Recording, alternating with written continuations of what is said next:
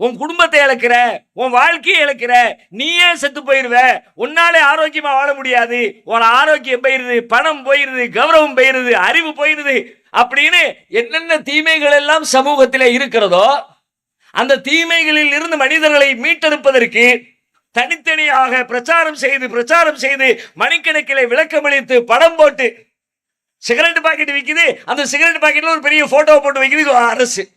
அதுல அது குடிச்சா என்ன ஆகுது பாரு, கேன்சர் வருது பாரு, வாய் புற்றுநோயை பாரு, தொண்டையில எவ்வளவு பெரிய புண்ணு பாரு, பார்த்த உடனே பயம் வரணும் அப்படின்னு சொல்லி மீண்டும் மீண்டும் அதன் பக்கம் போக விடாம கையில தூக்கும் பொழுதெல்லாம் அப்பா பார்க்கறதுக்கே பயமா இருக்க, பயங்கரமா இருக்க அப்படிங்கிற உணர்வை ஏற்படுத்தி அந்த பாவத்திலிருந்து தீமையிலிருந்து மீட்டெடுப்பதற்காக ஒரு பெரும் முயற்சி, பெரும் உழைப்பை எல்லா மனிதர்களும் செலுத்தி கொண்டே இருக்கிறார்கள். ஆனா இவ்வளவு முயற்சிகளுக்கு பிறகு விளைவு எவ்வளவு இருக்கிறது?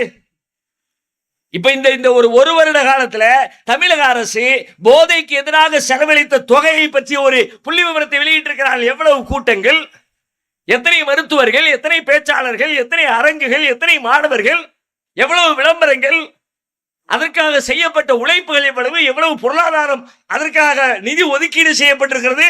பார்த்தாலே பிரமிப்பா இருக்கிறது. சரி, அவ்வளவு வேலைகள் செய்யப்பட்டதை விளைவு ரிசல்ட் என்ன?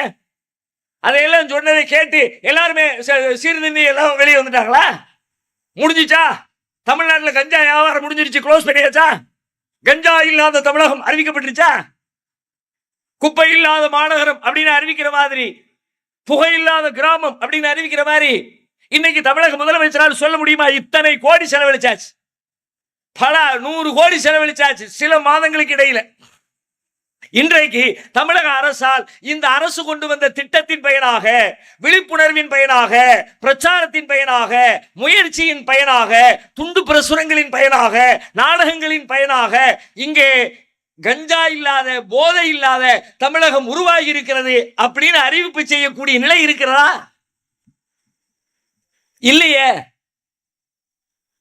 நிறைய பேர் வந்திருக்கிற, அதுக்காண்டி பிரச்சாரம் செய்யற தப்புன்னு நான் சொல்ல வரல, அது பயனற்றதுன்னு சொல்ல வரல, அப்படி யாரும் முடிஞ்சுக்க கூடாது. பயன் இருக்கிறது, ஆனால் அந்த பயனுடைய அளவு எவ்வளவு, செய்யப்பட்ட உழைப்போடு ஒப்பிடுகிற பொழுது கிடைத்திருக்கிற ரிசல்ட் எவ்வளவுன்னு பார்த்தா 100% உழைப்பை போட்டிருக்கிறோம், 20% லாபம் கிடைச்சிருக்கு, மீதி 80% ஃபெயிலியர். அதுல இருந்து மீட்டெடுக்க முடியல. இவ்வளவு வேலைகள் செய்தும் இப்படி ஒவ்வொரு தீமைக்கு எதிராக பெரும் போராட்டங்கள் நடத்தி தீமைகள் இருந்து மீட்டெடுக்கப்பட்டது எத்தனை என்று பார்த்தால் அளவு ரொம்ப அற்பம் சொற்பம். திருடர்களுக்கு எதிராக காவல்துறை தொடர்ந்து நடவடிக்கை எடுத்துக்கொண்டே இருக்கிறது, திருட்டு நடந்து கொண்டே இருக்கிறது, கைது செய்யப்படுகிற